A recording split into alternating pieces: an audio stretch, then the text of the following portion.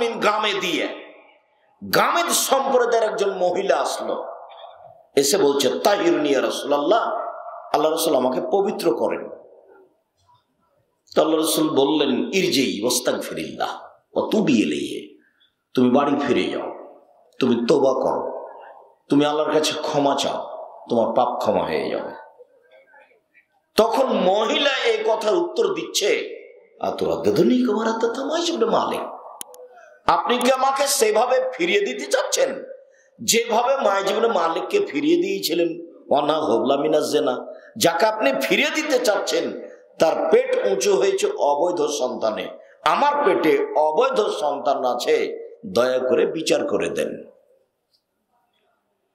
আল্লাহ রাসূল বলেন ইরজি হাত্তা তালিদি, যাও বাড়ি চলে যাও, যখন বাচ্চা হবে তখন আসিও, বিচার করে দেব। মহিলা চলে গেল, বাচ্চা প্রসব হয়েছে। মুসলিম হাদিস গ্রন্থে এসেছে সবে মাত্র বাচ্চা প্রসব হয়েছে, তাকে ন্যাকড়ায় জড়িয়ে নিয়েছে, রাসূলের দরবারে বলছেন এই যে আল্লাহ রাসূল আমার বাচ্চা প্রসব হয়েছে, বিচার করে দেন।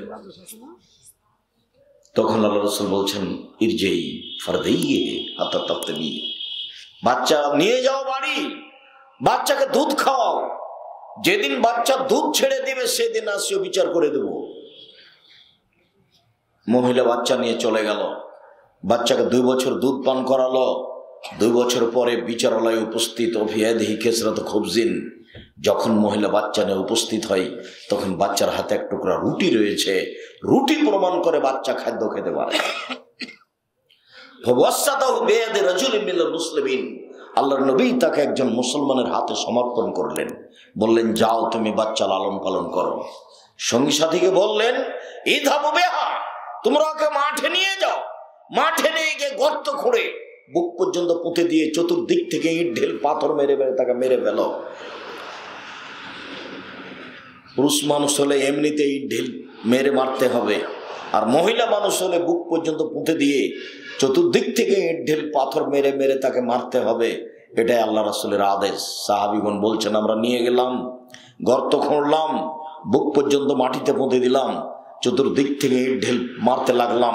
খালিদ বিন ওয়ালিদ বলছেন আমি একটা পাথর তার মুখের উপরে মারলাম, পাথরটা মুখে লেগে মুখ ফেটে খালিদের গায়ে গিয়ে লাগলো। ফাসাব্বা, খালিদ তাকে গালি দিয়ে বলছিলেন ছি ছি ছি ছি, একজন জেনাকারিনী মহিলার গায়ের রক্ত আমার গায়ে লাগলো, এরকম কিছু বললেন। তখন আল্লাহ রাসূল বললেন মানে না খালিদ, খালিদ থামো, তুমি তাকে গালি দিও না, লাগা তাওবা তাওবাতান লাউ তাবা সাইব মাকসিনা গফিরা লাহু। এই মহিলা এত তওবা করেছে, আল্লাহর দরবারে এত ক্ষমা ভিক্ষে চেয়েছে, এইরকম ক্ষমা যদি বড় থেকে বড় পাপী চায় তবুও তার পাপকে ক্ষমা করা হবে। খালিদ একে গালি দিও না। একবার বলেছেন মদিনার পাপীদের মাঝে যদি ভাগ করে দেওয়া হয় সবার পাপ ক্ষমা হয়ে যাবে, খালিদ একে গালি দিও না। আল্লাহ রাসূল বুঝলেন তার পাপ ক্ষমা হয়ে গেছে, তার তওবা বুঝেছেন, তার জানাজা করালেন, তার কাফন দাফন করলেন, কিন্তু তার শাস্তি মাফ করলেন না। বললেন না যে ঠিক আছে তোমার আর বিচার হবে না, তুমি চলে যাও, তুমি অনেক কান্নাকাটি করেছো, তওবা করেছো, তোমার পাপ ক্ষমা হয়ে গেছে, তোমার বিচার হবে না। জেনা বিবাহের পরে জেনা এক অবাক পাপ, যাতে বেঁচে থাকার কোনো সুযোগ নেই। হাদিস তো সব বুখারী মুসলিম। এটা দুনিয়াবি পাপ, পরকালে জাহান্নামও হতে পারে, জান্নাতও হতে পারে। কেউ যদি মানুষের উপর অপবাদ লাগায় তাহলে তাকে 80 লাঠি পিটাতে হবে। সে একটা অন্যায় করেনি অথচ বলছে করেছে।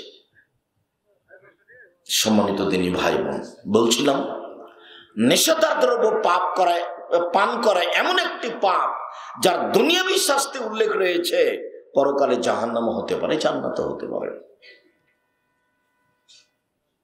এ ব্যাপারে আল্লাহ তাআলা বলেন এই বাচ্চা, ওই বাচ্চাটা তখন কি করছিল, কোথায় বসেছিল?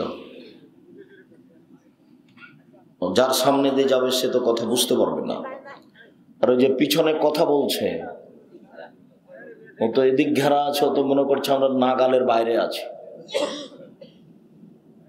আপনারা দেখেন আশেপাশে যেন কেউ কথা না বলে, আর যারা রাস্তায় আছে বা আশেপাশে কোথাও গল্প করছে ওদেরকে নিয়ে আসার জন্য অনুরোধ করেন, প্রাণপণে চেষ্টা করেন, অন্যথায় যেতে বলেন। পরিবেশ নষ্ট করবে এমন তো আমরা চাই না।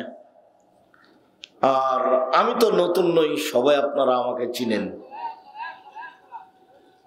আমি কথা বলবো আর মানুষ গল্প করবে এমন নোংরা নীতি আমি পছন্দ করি না। অতএব আমি আপনাকে অনেক ভালোবাসি, আপনি আমার দিনী ভাই, আপনি আমার দিনী বোন।